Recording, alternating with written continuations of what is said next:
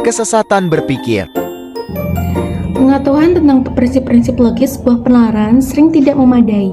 Bahkan sering terlihat orang memaksakan prinsip-prinsip tersebut untuk menarik kesimpulan yang tidak relevan atau mempergunakan kata-kata yang memiliki makna lebih dari satu. Oleh karenanya, kita perlu mempelajari dan memahami adanya kemungkinan sesat pikir yang sering muncul dalam proses berpikir kita. Apa sebenarnya yang dimaksud dengan sesat pikir itu? Sesat pikir adalah proses penalaran atau argumentasi yang sebenarnya tidak logis, salah arah, dan menyesatkan. Suatu gejala berpikir yang salah yang disebabkan oleh pemaksaan prinsip-prinsip logika tanpa memperhatikan relevansinya.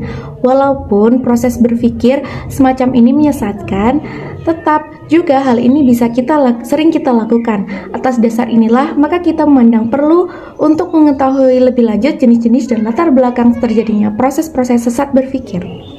Selanjutnya, fenomena sesat berpikir. Di sini saya akan menjelaskan fenomena sesat berpikir. Kesesatan berpikir merujuk pada cara-cara berpikir yang kurang tepat, keliru, atau tidak rasional. Kesalahan ini dapat terjadi karena berbagai alasan, termasuk kurangnya informasi, bias kognitif, atau kesalahan logika. Yang paling lazim menggambarkan gagasan yang keliru atau keyakinan yang salah dalam berlogika. Tersebut dipergunakan dalam arti yang lebih sempit, yaitu palsu berarti keliru dalam menalar dalam berargumen. Motivasi seseorang menyusun sebuah argumen adalah untuk membuktikan bahwa kesimpulan yang ia peroleh dalam menalar adalah sebuah kebenaran. Sebuah argumen ada kemungkinan gagal dalam memenuhi tujuan tersebut. Ada dua kemungkinan kegagalan argumen. Yang pertama, kegagalan dapat terjadi karena suatu argumen membuat premis yang terbentuk dari proposisi yang keliru. Jika sebuah argumen memuat suatu premis yang keliru, maka argumen tersebut akan gagal dalam menetapkan kebenaran dalam kesimpulannya. Yang kedua, kegagalan dapat terjadi karena suatu argumen ternyata memuat premis-premis yang tidak berhubungan dengan kesimpulan yang akan dicari. Di sini, logika berperan penting.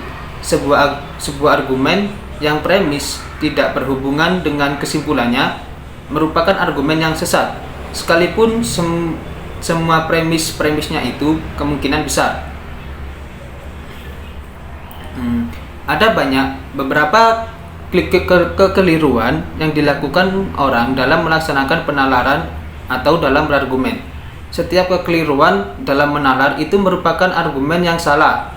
Ada dua argumen yang salah, yakni sebagai berikut. Yang pertama, argumen yang sebenarnya keliru namun tetap diterima umum karena banyak orang yang menerima argumen tersebut tidak merasa kalau mereka itu sebenarnya tertipu atau salah. Yang kedua, argumen yang keliru atau yang salah dalam penalarannya disebabkan oleh kecerobohan dan kurangnya perhatian terhadap pokok persoalan yang terkait atau keliru karena dalam menggunakan proposisi yang dimiliki ambiguitas makna dari bahasa yang dipergunakan dalam berargumen. Next, ada kekeliruan relevansi. Kalian tahu gak sih, kalau di dalam kekeliruan relevansi ada 13 macam jenis? Kita akan menjelaskan dan memberikan contoh untuk kalian. Yang pertama adalah saya akan menjelaskan berkuasa atas jabatan jadi semena-mena. Jadi, argumen ad baculum berarti pembenaran argumen atas dasar kekuasaan. Kekeliruan ini dapat terjadi apabila argumen yang diajukan disertai dengan pengaruh kekuasaan seseorang yang berargumen untuk memaksakan pembenaran sebuah kesimpulan. Bahkan bila perlu, pembenaran dipaksakan secara fisik. Seperti ini contohnya. Sini beliin rokok. Tapi aku mau kelas, Kak. Alah, gua Presma, udah ngomong aja Presma gitu. Kalau tanya sama dosen, udah beliin kembalian buat lo nanti ya. Oke, Kak. Yang kedua adalah seseorang tidak bisa menjabat jabatan karena agama yang berbeda. Bila diterjemahkan argumentum ad hominem berarti argumen yang diarahkan untuk menyerang manusia secara langsung. Ada dua interpretasi yang dapat diterapkan untuk memahami kekeliruan ini. Yang pertama adalah penerapan argumen ini dapat menggambarkan tindak pelecehan terhadap pribadi individu yang menyatakan sebuah argumen. Hal ini karena ukuran logika dihubungkan dengan kondisi pribadi dan karakteristik personal seseorang yang sebenarnya tidak relevan untuk kebenaran atau kekeliruan argumen tersebut. Contohnya sebagai berikut. Halo, Ya. jangan lupa dukung aku buat jadi ketua organisasi ya. Iya, Nanti tinggal isi Google Form-nya. Terima kasih. Sama-sama. Halo, assalamualaikum. Iya, waalaikumsalam. Aku boleh minta bantuan nggak buat isi Google Form buat milih aku jadi ketua organisasi? Oh iya, bisa Kak. Gampang kok caranya. Nanti yang aja di Google dikirim. Form ini ya? Ya, betul. Kasih ya. Iya. Iya Kak. Iya, milih siapa? Ini siapa ya? Pakai yang hijab aja tuh. Kayaknya dia muslim. Ya juga sih. Yang tadi Kristen ya, nggak pakai jilbab. Kayaknya iya, tapi kamu nggak tahu lagi sih. Jadi aku pilih yang muslim aja deh. Aku juga sih. Oke. Lalu yang ketiga ada argumentum ad hominem.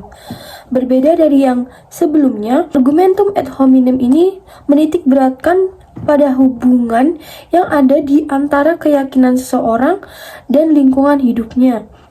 Bila ada dua orang yang terlibat dalam sebuah konflik atau perdebatan, ada kemungkinan masing-masing pihak tidak dapat menemukan titik temu karena mereka tidak mengetahui apakah argumen masing-masing itu benar atau keliru. Hal ini dapat terjadi ketika masing-masing pihak berargumen atas dasar titik tolak dari ruang lingkup argumen yang berbeda satu sama lain. Untuk contohnya sebagai berikut.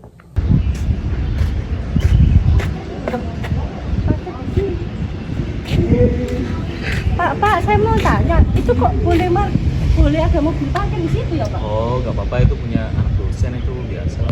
Ya kok gitu, Pak? Ya udah, saya anak dosen. Ya udah deh, Pak. Argumentum ad ignorantiam. Argumentum ad ignorantiam adalah argumen yang bertolak dari anggapan yang tidak mudah dibuktikan kesalahannya atau tidak dapat juga dengan mudah dibuktikan kebenarannya. Sesat pikir semacam ini dapat muncul dan terjadi karena alasan-alasan fenomena psikis seseorang, telepati, pendapat atau pandangan paranormal, dan sebagainya. Sebagai contoh, Mas ngambil helm saya kan?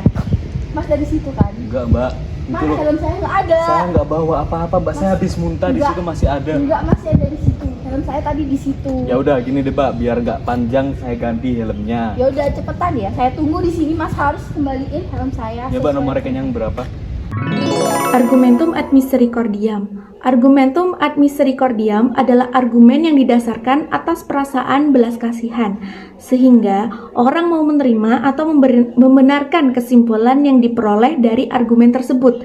Namun sebenarnya kesimpulan yang ditarik tidak menitik beratkan pada fakta yang dipermasalahkan, melainkan semata-mata karena perasaan belas kasihan, cinta kasih, dan sebagainya. Sebagai contoh, Aida, Halo, apa Sabi. kabar? Baik, alhamdulillah. Dari mana, Mas? Dari prodi tadi. Wah, kapan nih jadwal semasnya? Udah selesai sih, udah beres semua. Oh, tuh. Duluan ya. Oh iya deh, Mas. Hati-hati. Ayo. Iya. Kapan namanya dia semasnya? Kok bisa lulus? Ih, aneh banget. Yaudah, yuk. Nah, baik di sini ada argumentum ad populum, yaitu kekeliruan relevansi yang biasanya diterjemahkan atau biasanya diartikan sebagai kekeliruan yang bisa diterima oleh umum atau yang bisa disebut dengan salah kaprah. Nah, contohnya sebagai berikut. Sini deh. Iya, kenapa? Ini aku jualan di mau beli nggak ada, udah belas dulu aja. Terus bakal dapat penghargaan. Kalau misalkan kakak beli vendor tuh, tapi syarat dan ketentuannya berlaku. Harganya berapa tadi? 12.000. Oh. Ini kak. Yang mana kak? Pilih aja. Yang ini. Oke. Terus itunya, photocardnya. Kan ini ada syaratnya, harus bayar 350.000 lagi. Loh kak, kok mahal banget? Ya ini emang officialnya. Mahal. Yaudah kak, makasih ya.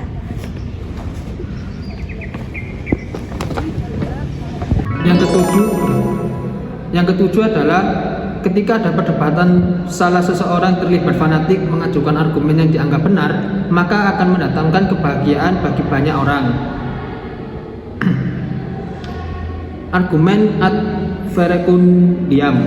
Dalam upaya untuk membantu pikiran seseorang, yaitu untuk menjawab pertanyaan-pertanyaan yang sulit dan rumit, kita sering memerlukan pendapat atau pandangan seorang pakar yang seakan-akan kita pandang sebagai dewa atau pakar keilmuannya. Orang tersebut sering beranggapan bahwa jika sesuatu opini dinyatakan oleh pakar yang dikagumi, maka opini tersebut dinyatakan benar dan tidak ada salah-salahnya. Sebagai contoh berikut. Cakep banget sih. Kamu bawa apa sih itu? Binder aku cakep kan? Ini isinya cowok-cowok aku. Kamu jangan kebanyakan halu deh. Ih, halu apaan sih? Nggak halu lah, ini tuh penyemangat hidupku banget. Penyemangat apa kan kamu nggak pernah ketemu? Ih, kamu nggak tahu zaman sekarang tuh penyemangat hidup tuh nggak harus ketemu. Lihat langsung dari video aja tuh udah bikin aku tuh semangat gitu. Tapi kan dia nggak tahu kalau kamu hidup. Dia mah harus tahu gitu. Kan yang penting dia jadi motivasi aku tuh semangat. Aneh aja sih. Kamu yang aneh. Lalu yang selanjutnya ada accident. Sesat pikir accident tampak di dalam perkara-perkara yang sifatnya khusus atau bersifat kebetulan. Namun, kemudian dianggap berlaku umum sehingga penerapannya yang dijadikan hukum umum tersebut dalam banyak hal menjadi tidak relevan sama sekali. Untuk itu sebagai contohnya seperti ini. Oh iya, Dad, apa ya? Uangku yang kemarin kamu pinjam itu mana ya? Aku mau pakai soalnya. Uang yang mana, Dad? Yang kemarin kamu buat pakai bensin, isi bensin itu. Oh iya, aku gak bawa dompet, Dad, lupa. Besok aja gimana? Walah, udah mau tak pakai Ya besok. Nah, sekarang aja dong. Besok aja, Dad, ya aku gak bawa dompet. Aku udah dipanggil temanku ini. Besok ya. Kami ngobrol sama ini dulu aja. Yo, tapi Nah, di sini ada converse accident, yaitu ketika orang setelah memiliki kecenderungan untuk memusatkan perhatiannya pada satu hal yang telah dianggap populer. Nah, dari kecenderungan tersebut, itu yang akan mengarahkan orang tersebut pada sesat pikir. Nah, contohnya itu sebagai berikut. Ya, jadi mana? Di ngomong saya, itu apa ya? Di luar, orang bisa siang, ikut luar. Oh, udah menjadi belum boleh? Sudah. Nah, karena dia juga masuk, tugas kalian mau saya tolak atau saya tambah tugas tadi dalamnya masuk. ya Bapak, ngomong gitu kan udah nggak salah ya. Kan jadi ya masuk, tetap aja nggak bisa. Harusnya kalian ingetin Debbie dong. Tapi kan Nomor 10 yaitu adalah false cause, yaitu kesalahan dalam menyimpulkan sebab terjadinya peristiwa, dan false cause ini memiliki menyebabkan dua kekeliruan, yaitu yang pertama adalah non causa pro causa dan yang kedua adalah post hoc egropopter hoc. Sebutkan 3 negara berlawanan huruf T. Indonesia. Ngapain di sini? Nulis salah aja. Udah. Kamu kan emang minoritas.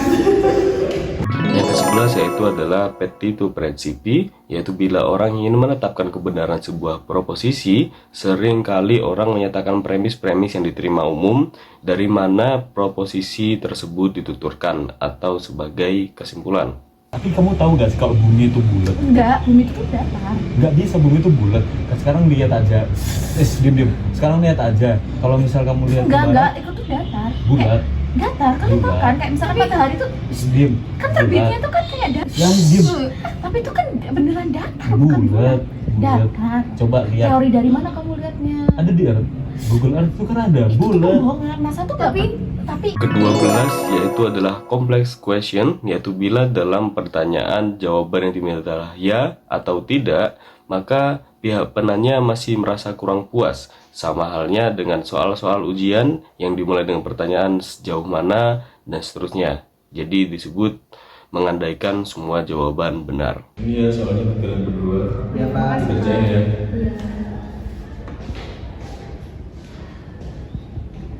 Aku mau lihat.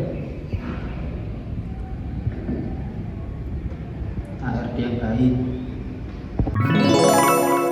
Nah, baik, selanjutnya ada ignoratio elensi, yaitu kekeliruan relevansi yang memiliki arti, yaitu ketika membuat penarikan kesimpulan namun tidak relevan, sehingga ketika ada argumen yang dibentuk untuk membuat kesimpulan akan tetapi malah menjelaskan kesimpulan yang lainnya padahal berbeda dengan apa yang telah dimaksudkan. Nah, contohnya itu sebagai berikut. Kan psikologi kan salah satu nih pengeluaran ini kan bisa dari kamus mereka gitu loh. Tapi kan kamu sudah bilang sudah efektif. Selanjutnya kita membahas mengenai ambiguitas argumen. Nah, baik, di sini lanjut ke dalam ambiguitas argumen. Nah, di sini terdapat 4 jenis kekeliruan argumentasi yang disebabkan oleh ambiguitas, yaitu yang pertama ada equivokasi. Nah, equivokasi ini adalah penggunaan kata atau frasa yang memiliki 2 atau lebih makna yang berbeda dalam konteks yang sama. Nah, sehingga dapat menimbulkan ambiguitas atau kesalahpahaman. Kesalahan ini dapat terjadi karena kata atau frasa yang digunakan memiliki makna ganda, namun makna tersebut tidak jelas, sehingga dapat diartikan dengan 2 cara atau lebih. Nah, sebagai contoh yaitu buah apel itu berwarna merah. Nah, kata merah di sini memiliki 2 arti, yaitu warna merah atau rasa pedas. Dalam kalimat ini, arti yang dimaksudkan kan tidak jelas, sehingga dapat diartikan menjadi 2 makna, seperti itu. Kedua adalah sesat berpikir amfiboli, yaitu terdapat argumen di mana pengajuan premis-premisnya memiliki konstruksi gramatikal yang ambigu dan sebuah pernyataan dikatakan mengandung amfiboli jika bila batasan maknanya tidak jelas, dan ini terjadi karena struktur tata bahasa yang mudah diubah sesuai dengan kebutuhan, serta bila pernyataan semacam ini diinterpretasi dari satu sisi mungkin benar, namun dari sisi lain bisa jadi tidak benar. Nah, baik, jadi lanjut. Ada aksen, yaitu salah satu jenis sesat pikir yang terjadi karena perubahan makna dari satu kata atau frasa. Nah, di sesat pikir ini sering digunakan untuk mempengaruhi pembaca atau pendengar karena adanya perubahan makna. Nah, dalam sesat pikir aksen ini, suatu kata atau frasa digunakan dengan 2 makna yang berbeda dalam konteks yang sama. Nah, sebagai contohnya itu dengan kalimat perang adalah solusi untuk perdamaian. Nah, di kata perdamaian itu dapat memiliki 2 makna, yaitu keadaan yang bebas dari konflik atau keadaan yang damai. Nah, dalam kalimat ini, arti yang dimaksudkan adalah keadaan yang damai. Namun, jika kata perdamaian itu diartikan sebagai keadaan yang bebas dari konflik, maka kesimpulan yang dapat diambil adalah perang adalah cara untuk menghentikan konflik, seperti itu. Yang keempat adalah komposisi, yaitu komposisi tata bahasa sebuah pernyataan dapat membuat orang keliru dalam berargumen. Dan ada 2 kemungkinan keliru, yaitu yang pertama adalah penalaran dapat keliru karena atribut atau keterangan dari bagian-bagian argumen sebagai keterangan pernyataan keseluruhan. Lalu yang kedua adalah keliruan penalaran dapat terjadi karena atribut atau keterangan bagian-bagian tertentu dari sebuah argumen dianggap identik dengan atribut pada bagian-bagian yang lain. Yang terakhir mengenai strategi menghindari sesat berpikir. Lalu mengenai strategi menghindari sesat pikir, pada hakikatnya merupakan jebakan bagi proses penalaran kita. Seperti halnya rambu-rambu lalu lintas dipasang sebagai peringatan bagi para pejalan kaki di bagian-bagian yang rawan kecelakaan, maka rambu-rambu sesat pikir ditawarkan kepada kita agar kita jeli dan cermat terhadap kesalahan-kesalahan dalam menalar. Juga agar kita mampu mengidentifikasi dan menganalisis kesalahan-kesalahan tersebut sehingga mungkin kita akan selamat dari penalaran palsu. Jadi, oleh karena itu, untuk menghindari kekeliruan relevansi, misalnya kita sendiri harus tetap bersikap kritis terhadap setiap argumen.